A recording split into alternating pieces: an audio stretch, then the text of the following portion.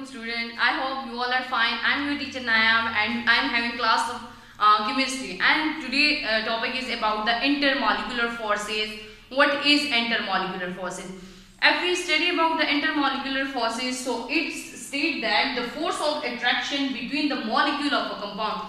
It is some type of weak type of force of attraction which is found in the molecule, in the different type of molecules, and it states that it's a force of attraction in the molecule of a compound, and it is 25 times weaker than the covalent one. For example, how it is, we said that it is 25 times weaker than the covalent bond. We have example of H2O. If you look over here, if we break down the molecule, if we break down the bond, that is a single bond which is made between the hydrogen and the oxygen, so how much energy is required to break that covalent bond?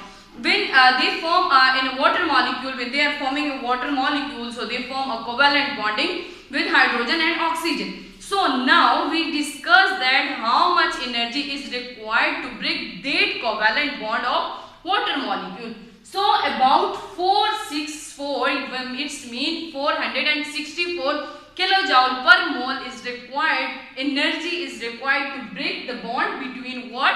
Between the hydrogen and oxygen, and which is covalent bond.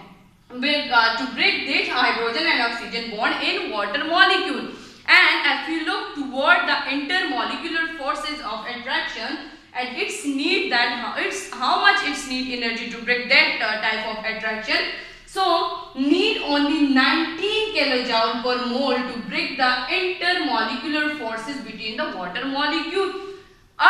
So what we said, that 19 kilojoule per mole of energy is required to break the intermolecular forces which are present between the water molecule. So it is called that it is weaker than the covalent bond.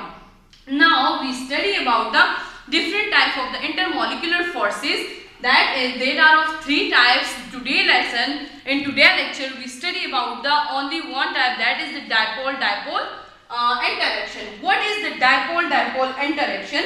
So the attractive forces between the positive pole of one polar molecule. What is one polar molecule? I already told you the polar molecule are those type of molecule which have a different electronegativity. For example, I told you that they are attractive, they have attractive forces between the positive pole of one polar molecule and the negative pole of the another molecule. So I have an example, that is HCl. HCl is a positive charge and Cl is a negative charge. If we study about the hydrochloric acid, so you look that hydrogen, they say that positive pole are attracted with the negative pole. So how? Polar molecule, so it means hydrogen has less electronegative as compared to chlorine atom. So they are bonding with each other, they are attract with each other. So you look over here in this diagram, I will show you that hydrogen has a partial positive charge. Why they are partial positive and why they are partial negative charges? Because of they have different electronegativity. So therefore the charge is the partial positive and the partial negative. So chlorine make attractive forces with hydrogen atom. The dipole-dipole interaction told us that they can attract with the positive pole will attract with the negative pole. So the negative pole will attract the positive pole, and the positive pole will attract with the some type of attraction that we call the dipole-dipole movement.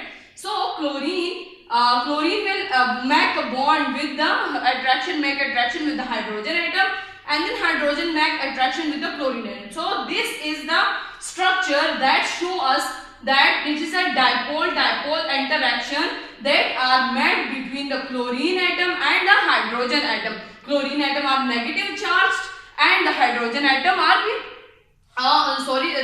hydrogen atom will be positive charged. If you look over here, only 3.3 kilojoule per mole energy is required to break a bond.